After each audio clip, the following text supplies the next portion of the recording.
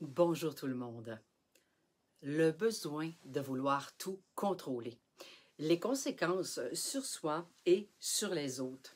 Vous ressentez que vous n'avez aucun choix ni possibilité de partager vos opinions, vos idées face à un projet parce que l'autre veut tout faire à votre place. Que cherchent les personnes qui ont ce besoin de vouloir tout contrôler? Il n'y a pas de mauvaise intention quand une personne veut toujours prendre les commandes, peu importe dans toutes les sphères de sa vie et de la vôtre. Partageons les pourquoi de ce sentiment. Je m'appelle Tania Gilbert, je suis coach en connaissance de soi. En fait, ce n'est pas vous qui le contrôle. Ce qui va amener le contrôle dans la vie d'une personne provient d'un sentiment qui est beaucoup plus profond. Cette personne est prisonnière d'elle-même, en fait, et puisqu'elle va vouloir retenir souvent ses larmes, éviter de montrer qu'elle a des sentiments, même de s'infliger, de contrôler tous ses propres désirs.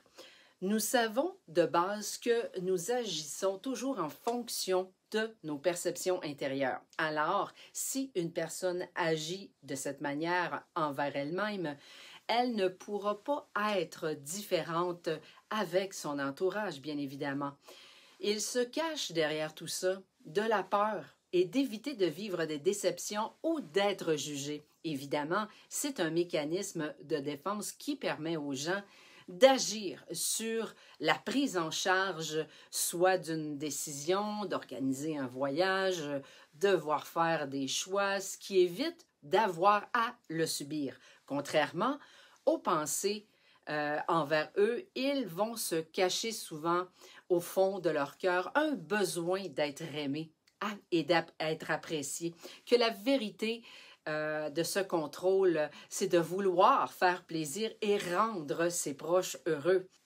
Il va y avoir également une part d'une certaine manque de confiance en soi.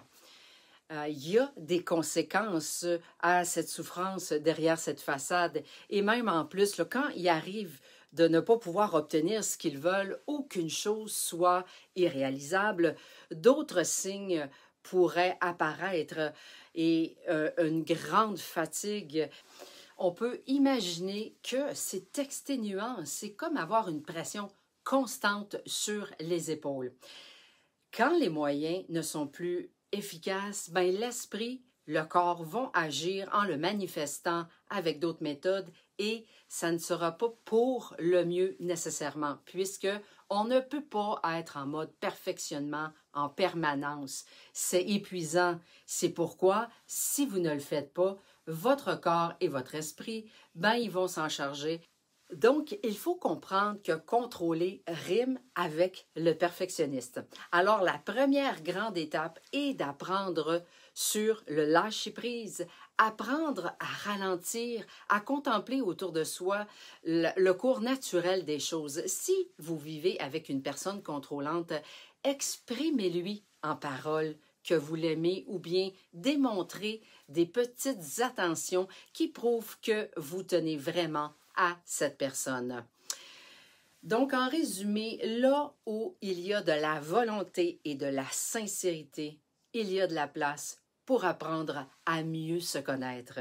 Gardez à l'esprit tant que cela ne nuira pas à personne et que vous vous sentez en équilibre, tout va pour le mieux. En contrepartie, si ça vous rend malheureux et que c'est nuisible dans votre vie, personnel ou professionnel ou social, c'est un signe qu'il faut s'arrêter et prendre le temps de mieux comprendre pourquoi nous agissons de cette manière. On ne peut jamais être perdant à vouloir évoluer dans une autre direction pour le meilleur. Tu as aimé, donc je t'invite à cliquer j'aime ou tout simplement me laisser un message. Il me fera un immense plaisir de pouvoir y répondre.